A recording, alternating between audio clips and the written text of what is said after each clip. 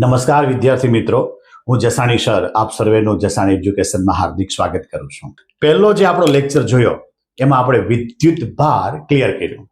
અત્યાર સુધી તમારા માઇન્ડમાં એમ હતું કે નથી સમજાતું, આપણે ક્લિયર કટ અને બહુ તમે સમજી શકો એવી ભાષાની અંદર આપણે વિદ્યુત ભાર સમજ્યા. વિદ્યુત ભાર એટલે શું? થોડું રેફરન્સ જોઈ લઈએ. વિદ્યુત ભાર એટલે શું? તો કે પ્રોટોન અને ઇલેક્ટ્રોનનો આંતરિક ગુણધર્મને વિદ્યુત ભાર કહેવામાં આવે છે. બીજો શબ્દ વાપરવો હોય તેમ કહેવાય કે વિદ્યુતીય બળ કહેતા કુલંબીય બળ લાગવા માટેનો જે કંઈ જવાબદાર ઘટક છે એને વિદ્યુત ભાર કહેવામાં આવે છે. વિદ્યુત ભારની સંજ્ઞા કેપિટલ ક્યુ અથવા તો સ્મોલ ક્યુ વડે બતાવી શકાય છે. વિદ્યુત ભારનું સૂત્ર જુઓ તો ક્યુ બરાબર NE, જ્યાં E એટલે વિદ્યુત ભારનો પ્રાથમિક ઘટક છે કે E ના સ્વરૂપની અંદર વિદ્યુત ભાર મળે, જેની કિંમત થાય 1.6 × 10⁻19 કુલમ, અને N એટલે 1, 2, 3, 4 આવી રીતે આંકડા પૂર્ણાંકમાં લઈ શકાય છે. વિદ્યુત ભાર કેટલા પ્રકારના હોય? બે પ્રકારના, ધન અને ઋણ. એમાં પ્રોટોન પરના વિદ્યુત ભારને ધન અને ઇલેક્ટ્રોન પરના વિદ્યુત ભારને ઋણ ગણવામાં આવે છે. બે વિદ્યુત ભાર વચ્ચે બળ લાગે છે. બળ કેટલા પ્રકારના થશે? આકર્ષી અને અપાકર્ષી. તો કે આકર્ષી બળ કેવા વિદ્યુત ભાર વચ્ચે લાગે? તો કે વિજાતીય વિદ્યુત ભાર હોય તો આકર્ષી બળ લાગે, સજાતીય વિદ્યુત ભાર હોય તો અપાકર્ષી બળ લાગે છે. આ જે વિદ્યુત ભાર છે એનો એકમ થાય કુલમ અથવા તો એમ્પિયર સેકન્ડ. વિદ્યુત ભારના ગુણધર્મો જોઈએ તો કે વિદ્યુત ભાર વચ્ચે બળ લાગે છે, વિદ્યુત ભારનો સરવાળો થઈ શકે છે સાદી રીતે, વિદ્યુત ભારનું ક્વોન્ટમીકરણ એટલે પૂર્ણાંક, જે આપણે સૂત્ર લખ્યું Q બરાબર NE. વિદ્યુત ભારનું સંરક્ષણ થાય છે, એટલે જેટલા હોય એટલા જ રહી, કહેતા અચળ રહી છે.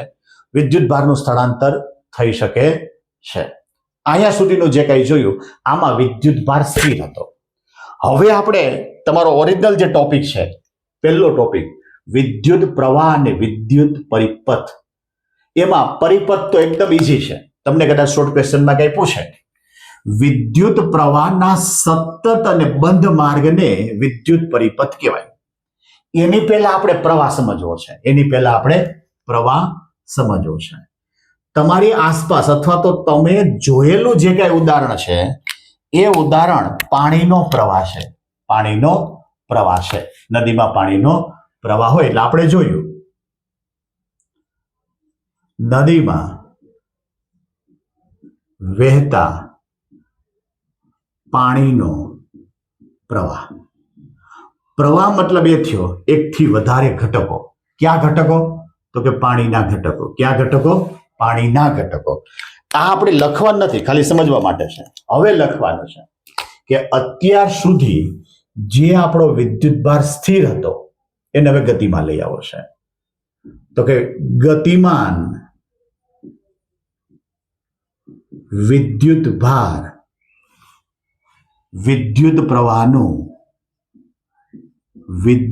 પ્રવાહનું નિર્માણ કરે છે. પ્રવાહ એટલે શું? એકથી વધારે ઘટકોની એક જ દિશામાં થતી ગતિ, એનું નામ પ્રવાહ. જો પાણીના ઘટકો છે એને એક દિશાની અંદર ગતિ કરાવો તો પાણીનો પ્રવાહ થાય, ઉર્જાને એક દિશામાં ગતિ કરાવો તો ઉર્જાનો પ્રવાહ થાય. અહીંયા વિદ્યુત ભારને એક દિશામાં ગતિ કરાવો તો વિદ્યુત પ્રવાહ થાય. આ જે વિદ્યુત ભાર છે એ શેમાં હોય? તો કે વાહક તારમાં. એટલે પહેલો શબ્દ હું પકડું, વાહક તાર. આ વાહક તારની અંદર વિદ્યુત ભાર છે, એ વિદ્યુત ભાર એક દિશામાં ગતિ કરવા જોઈએ. તો તાર હંમેશા નળાકાર સ્વરૂપે હોય. આ વાહક તાર છે. અવાહક નથી લેવાતો, એની સ્પષ્ટતા આપણે પછી કરવાની છે. આ વાહક તાર છે. આ વાહક તારની અંદર પ્લસ અને માઇનસ બંને છે. એમાં જે માઇનસ છે એ ગતિ કરે, એક દિશામાં ગતિ કરે. ખબર કેમ પડે? તો કે અહીંયા આડછેદ વિચારી શકાય. આડછેદ તારના બે પ્રકારના છેદ, એક આડો છેદ અને એક ઊભો છેદ. આપણે આડછેદ લેવાનો છે. આમાંથી એક દિશામાં જો આ વિદ્યુત ભાર ગતિ કરે તો જે કાંઈ રચાય એને પ્રવાહ કહેવામાં આવે છે. હવે જોઈએ એનો વ્યાખ્યાનું સ્વરૂપ કેવી રીતે છે. તો કે સમયની પાબંદી સાથે આપણે ચાલવું પડે. એકમ સમયમાં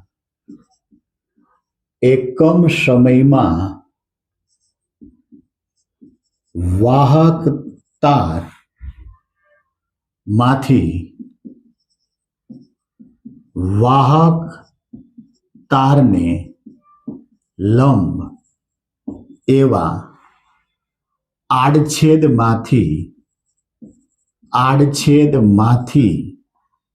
પસાર થતા વિદ્યુત ભારના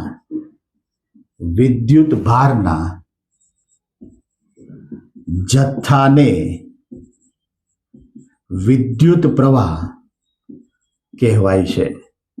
વિદ્યુત પ્રવાહ કહેવાય છે. મારે શું લેવાનું? તો કે વાહક તાર જે ધાતુનો બનેલો હોય, ધાતુમાં મુક્ત ઇલેક્ટ્રોન હોય, એકમ સમયમાં વાહક તારને લંબ એવા એકમ આડછેદમાંથી, આ લંબ આડછેદ છે, એમાંથી કોને પસાર કરવાનો? વિદ્યુત ભારના જથ્થાને તો શું કહેવાય? વિદ્યુત પ્રવાહ કહેવામાં આવે છે. તો આનું સૂત્ર આવું પણ બની શકે, વિદ્યુત પ્રવાહ બરાબર વિદ્યુત ભાર છેદમાં સમય. વિદ્યુત પ્રવાહને શેના વડે બતાવી શકાય? I વડે. માટે I બરાબર સૂત્ર થાય Q બાય ટી. I બરાબર સૂત્ર થાય Q બાય ટી. વિદ્યુત પ્રવાહની સંજ્ઞા થાય. વિદ્યુત પ્રવાહને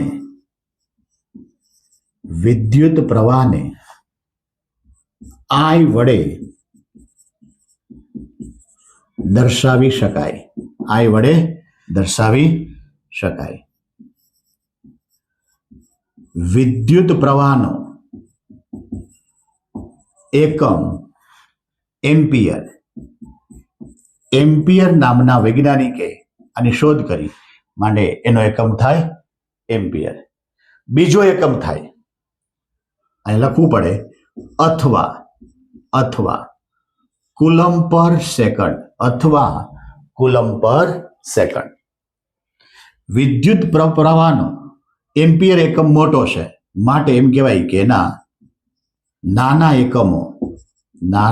એકમો એમાં પહેલા છે મિલી એમ્પિયર. તો મિલી એમ્પિયરને મારે એમ્પિયરમાં કન્વર્ટ કરવું હોય તો 10⁻³ એમ્પિયર. એથી નાનો એમ્પિયર માઇક્રો એમ્પિયર, એને લખાય 10⁻⁶ એમ્પિયર. 10⁻⁶ એમ્પિયર. જોઈએ, ગતિમાન વિદ્યુત પ્રવાહનું નિર્માણ કરે. એકમ સમયમાં વાહક તારને લંબ એવા એકમ આડછેદમાંથી પસાર થતા વિદ્યુત ભારના જથ્થાને વિદ્યુત પ્રવાહ કહેવાય. સામાન્ય સૂત્ર બન્યું વિદ્યુત પ્રવાહ ઇઝ ઇક્વલ ટુ વિદ્યુત ભારના છેદમાં સમય. જે શબ્દની પાછળ માંથી દીઠ આવા આવતો હોય હંમેશા છેદમાં આવે. અહીં શબ્દ આપણે લખ્યો એકમ સમયમાં કોને પસાર કરવાનો? વિદ્યુત ભારને. આ બેયનો જે ગુણોત્તર છે એને શું કહેવાય? વિદ્યુત પ્રવાહ. વિદ્યુત પ્રવાહને શેના વડે બતાવી? I વડે. માટે I બરાબર Q બાય ટી. વિદ્યુત પ્રવાહનો એકમ શું થાય? એમ્પિયર. બીજો એકમ અહીંથી બને કુલમ પર સેકન્ડ.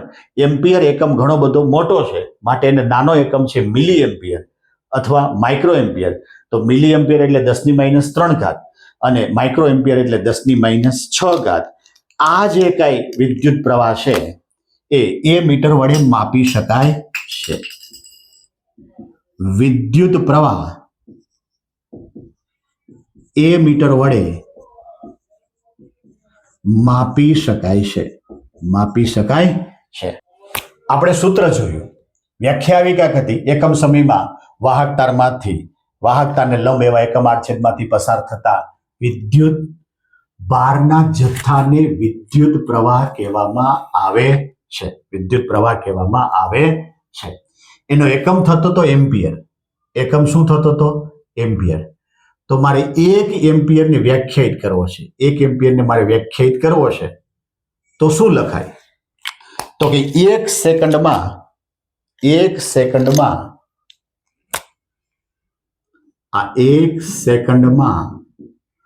વાહક તારના આડછેદમાંથી, આ આડછેદ 1 સેકન્ડમાં વાહક તારના આડછેદમાંથી જો 1 કુલમ વિદ્યુત ભારનો જથ્થો પસાર થાય તો તે વિદ્યુત પ્રવાહ 1 એમ્પિયર છે તેમ કહી શકાય.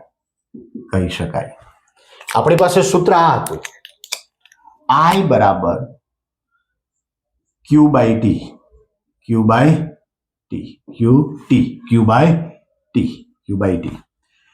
અહીંયા મારે જોવાનું છે આ કેટલું લેવાનું, 1 કુલમ. આ કેટલો લેવાનો, 1 સેકન્ડ. તો આનો જે આન્સર આવશે 1 એમ્પિયર આવે. આન્સર જે આવશે 1 એમ્પિયર આવશે. આ જે વિદ્યુત ભાર છે, વિદ્યુત પ્રવાહ છે, એ વિદ્યુત ભાર શેમાં માપી શકાય, એ મીટરમાં. આના પરના આ જે સૂત્ર છે એ સૂત્ર આપણને યાદ રાખવું પડે, I બરાબર Q બાય ટી. આ સૂત્ર તમારે ટેક્સ્ટ બુકની અંદર આપ્યું છે. હવે આમાં આપણે ઉમેરો કરવાનો છે એક્સ્ટ્રા તરીકે.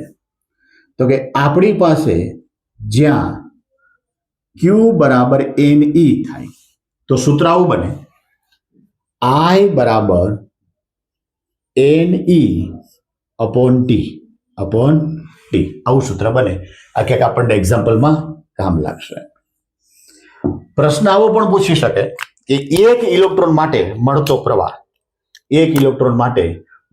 પ્રવાહ, તો આવું પણ સૂત્ર લખી શકાય, I બરાબર E અપોન ટી. આમાં આવું પણ વિચારી શકાય કે ઇલેક્ટ્રોન વર્તુળાકાર માર્ગે ફરે છે.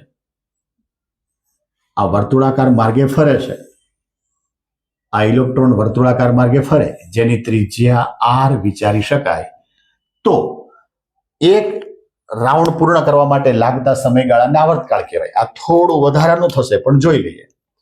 તો આપણે વેગનું સૂત્ર ભણ્યા, વેગ બરાબર અંતરના છેદમાં સમય. તો અહીંયા સમયને જો કરતા બનાવો તો અંતરના છેદમાં વેગ. હવે એક રાઉન્ડ પૂર્ણ કરવા માટે આ ઇલેક્ટ્રોન અહીંથી ચાલુ થાય, આખો રાઉન્ડ પૂરો કરે અને અહીંયા સુધી જે પહોંચે એને આવર્તકાળ કહેવાય. એટલે તમારો જે ટી છે, આ ટી એ કેપિટલ ટી બની જાય, જેને આવર્તકાળ વડે બતાવાય. તમારું જે અંતર છે, અંતર એટલે પરિઘ થાય, 2πr. અને જે વેગ છે એ વેગ તમારો બને v બને. તો આમ લખી શકાય કે કેપિટલ ટી બરાબર અંતર એટલે 2πr અપોન v. મારી પાસે સૂત્ર હતું I બરાબર E અપોન કેપિટલ ટી. એમાંથી કેપિટલ ટી ની કિંમત મૂકો, E upon 2πr upon v માટે નામ લખી શકાય EV અપોન 2πr. અહીંયા આવું પણ લખી શકાય, જ્યાં 1 અપોન ટી બરાબર f એટલે આવૃત્તિ. તો આવું પણ લખી શકાય કે I બરાબર EF. એટલો જે ભાગ છે એ તમારું પેપર જો ક્રિટિકલ નીકળે તો આપણને ક્યાંક કામ લાગે. એટલે બધા વિદ્યાર્થીએ આમાં ધ્યાન દેવાનું નથી. તમારો જે એક્ઝામ્પલ છે એવો એક એક્ઝામ્પલ પૂછાણો છે, જોઈ લઈએ. અહીંયા એક્ઝામ્પલ ઉપલું જે સૂત્ર છે એ પ્રમાણે એક્ઝામ્પલ આવો ક્યાંક છે કે વાહક તારમાંથી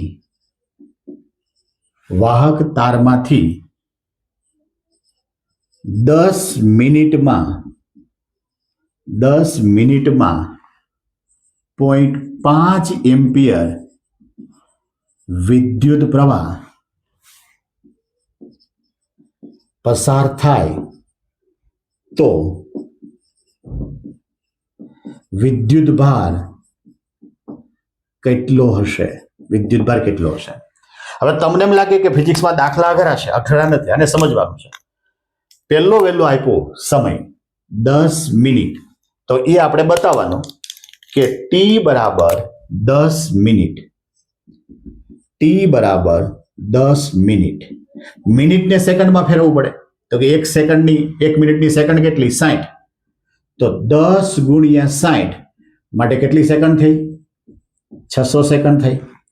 બીજું આપણને આપ્યું છે I બરાબર 0.5 એમ્પિયર, અને આપણે જે મેળવવાનું છે એ આપણે વિદ્યુત ભાર મેળવવાનો છે.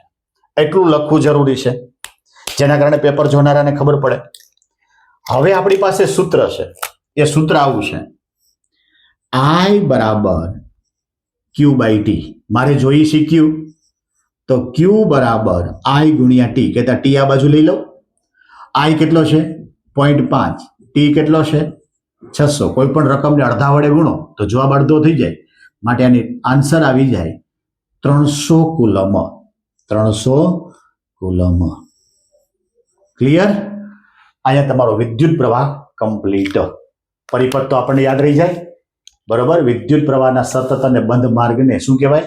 વિદ્યુત પરિપથ કહેવામાં આવે છે. આના પછી જે ક્વેશ્ચન થવો જોઈએ, પહેલા આપણે વિદ્યુત ભાર સ્થિર ગણ્યા, એ વિદ્યુત ભારને ગતિ કરી, ગતિ કરાવી એટલે આપણને પ્રવાહ મળ્યો. ગતિ શેના વડે કરી શકાય એ ક્વેશ્ચન થવો જોઈએ. એ જે ક્વેશ્ચન થશે એના પરથી આના આગળનો જે ટોપિક છે એ આપણે ભણવાનો થશે. આપણે વિદ્યુત પ્રવાહમાં સમજ્યા. વિદ્યુત પ્રવાહ કોને કહેતા હતા? તો કે ગતિમાન વિદ્યુત ભાર વડે વિદ્યુત પ્રવાહ મળી શકે.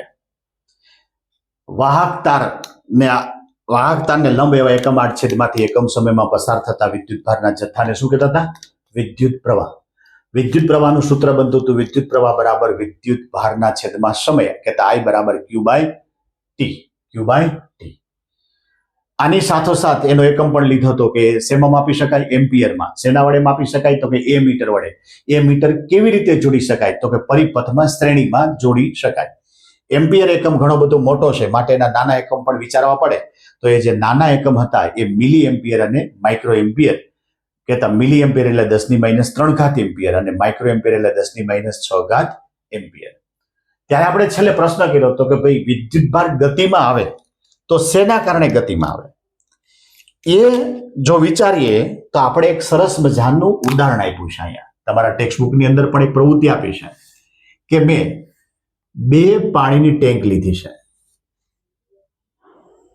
પાણીની ટેન્ક છે.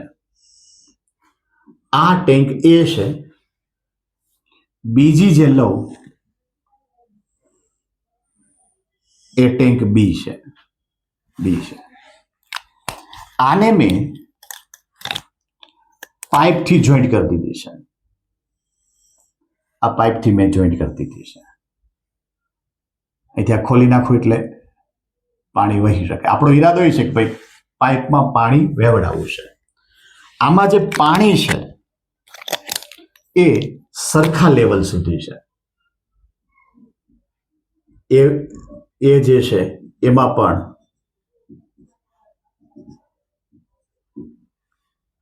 પાણી છે અને બી પાત્રમાં પણ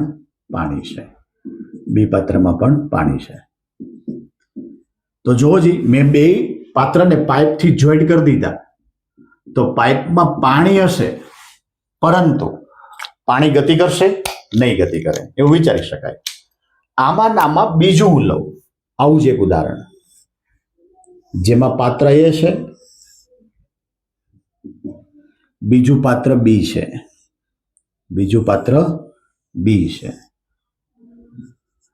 આને પણ હું પાઇપથી જોઈન્ટ કરી દઉં. અહીંથી ખોલી નાખો એટલે પાણી અંદર જઈ શકે. આમાં ક્યાંક ઘટના આવી બતાવી છે કે આ એ જે પાત્ર છે એમાં પાણીનો જથ્થો વધારે છે. આમાં પાણીનો જથ્થો ઓછો છે. આમાં શરત આવી થઈ કે A બરાબર B. આમાં કન્ડિશન આવી થઈ A ગ્રેટર ધેન B. પાઇપનો આ બાજુનો જે છેડો છે એ A છે, આ બાજુનો છેડો B છે. તો હવે આ પાઇપમાં પાણીનું વહન થઈ શકે, પાણીનું વહન થઈ શકે. કઈ બાજુથી કઈ બાજુ પાણી જાય? તો કે એ થી બી તરફ જાય, એ થી બી તરફ જાય. એનો મતલબ એ થયો કે પાઇપની અંદર પાણીનો પ્રવાહ મળ્યો, પાણીનો પ્રવાહ મળ્યો. ક્યાં સુધી મળે? તો કે બેયના લેવલ સરખા થઈ જાય ત્યાં સુધી મળે. હવે આપણે જોઈએ, આ ઉદાહરણ તો આપણે સમજ્યા, આપણે જોઈએ વાહકતા. આ વાહકતા,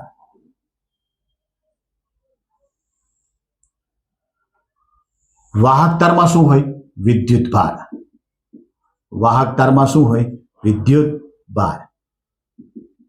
આમાં જો જે પહેલા ઉદાહરણની અંદર પાણી તો હતું જ, પણ પાણી પાઇપમાં ગતિ કરતું નહોતું. બીજા ઉદાહરણની અંદર પાણી પાઇપમાં ગતિ કરે છે. શું કામ? કે એ બિંદુ આગળ દબાણ વધારે છે, કારણ કે આ બાજુ પાણીનો જથ્થો વધારે છે, આ બાજુ પાણીનો જથ્થો ઓછો છે. એનો મતલબ એ થયો કે એ બાજુ દબાણ વધારે છે, બી બાજુ દબાણ ઓછું છે. તો દબાણના તફાવતને કારણે પાઇપમાં પાણીનું વહન થઈ શકે.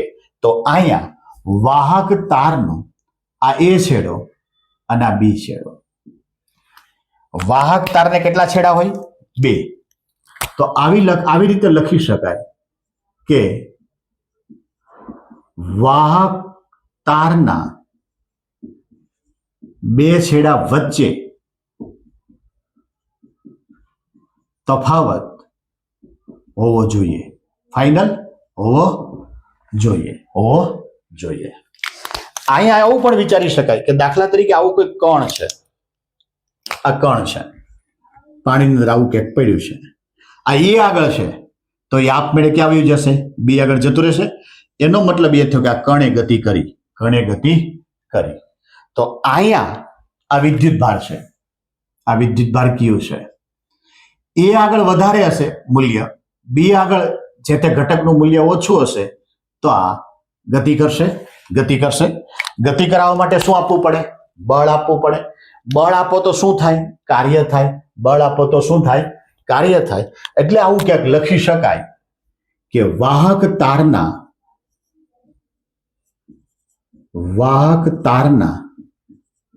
કોઈ એક છેડા પર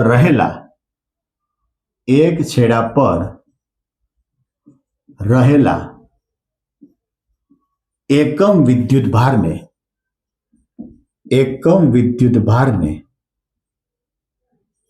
બીજા છેડા સુધી ગતિ કરાવવા માટે કાર્ય કરવું પડે.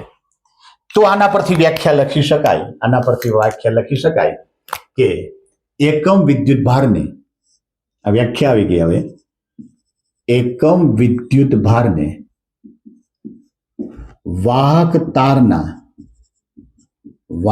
તારના કોઈ એક છેડાથી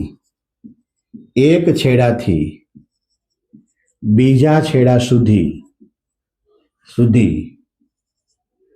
કરવા પડતા કાર્યને વિદ્યુત સ્થિતિમાન અથવા વિદ્યુત સ્થિતિમાનનો તફાવત કહેવાય. જો અહીંયા ખાલી સ્થિતિમાન કામનો નથી, સ્થિતિમાનનો તફાવત કામનો છે. આ જે વિદ્યુત સ્થિતિમાન છે, તો સૂત્ર આવું રીતે લખી શકાય કે વિદ્યુત સ્થિતિમાન અથવા તો વિદ્યુત સ્થિતિમાનનો તફાવત બરાબર કાર્યના છેદમાં વિદ્યુત ભાર. આપણે સૂત્ર જોયું કે વિદ્યુત સ્થિતિમાન કહેતા વિદ્યુત સ્થિતિમાનનો તફાવત ઇઝ ઇક્વલ ટુ વિદ્યુત ભારના છેદમાં કાર્યના છેદમાં વિદ્યુત ભાર. આ વિદ્યુત સ્થિતિમાન અથવા એના તફાવતને કેપિટલ વી વડે દર્શાવી શકાય. તો સૂત્ર આવું ક્યાંક બને, વી બરાબર ડબલ્યુ ના છેદમાં ક્યુ, વી બરાબર ડબલ્યુ ના છેદમાં ક્યુ. તો આવો એકમ બને વિદ્યુત સ્થિતિમાન અથવા તો સ્થિતિમાનના તફાવતનો એકમ વોલ્ટેજ કહેતા વી, અથવા સૂત્ર પરથી બને જૂલ પર સેકન્ડ કે જૂલ પર સેકન્ડ. વિદ્યુત સ્થિતિમાનનો તફાવત કહેતા વોલ્ટેજ એ વોલ્ટમીટર વડે માપી શકાય. એ મીટર હંમેશા શ્રેણીમાં જોડાય. વોલ્ટમીટર હંમેશા સમાંતરમાં જોડાય.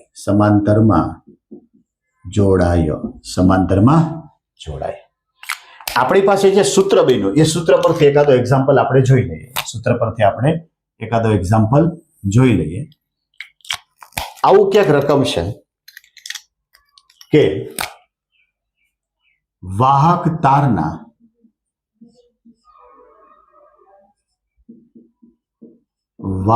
તારના બે છેડા વચ્ચે નો વિદ્યુત સ્થિતિમાન નો તફાવત 12 વોલ્ટ છે તો 2 કુલમના વિદ્યુત ભારને